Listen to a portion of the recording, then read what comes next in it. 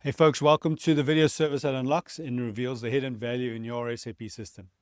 So the best way to learn is by doing, so let's just get straight into this. This video in particular, we're going to be focused on using SAP's production planning lead time scheduling to generate machine and or labor capacity requirements to produce the required inventory.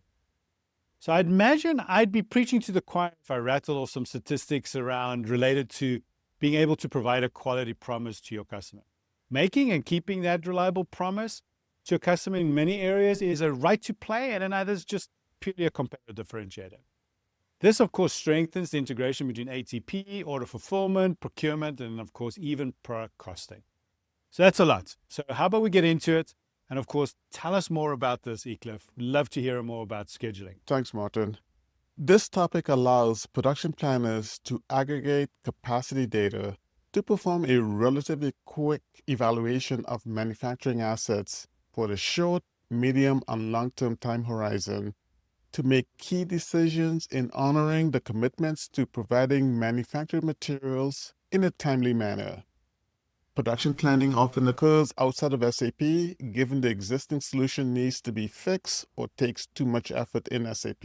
Unfortunately, this approach does not work well when integrating with other supply chain activities, such as exception monitoring, purchasing, and finance, just to name a few. Why? Of course, you should be able to promise against what you have. Why would you not be able to do that? If you are in this situation, don't worry. We're going to walk through what you need to be doing about it. Let's get into SAP. Let's explore how lead time scheduling works, and let's understand its impact. What I've done is I've taken this material, put some demand in, SAP or MRP has generated plan requirements. And when I ran MRP, I did not tell it to generate or use lead time scheduling.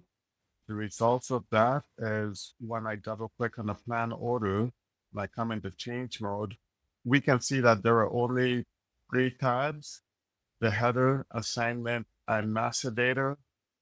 When I come to the master data tab, we can see that there is nothing related to the routing or master recipe.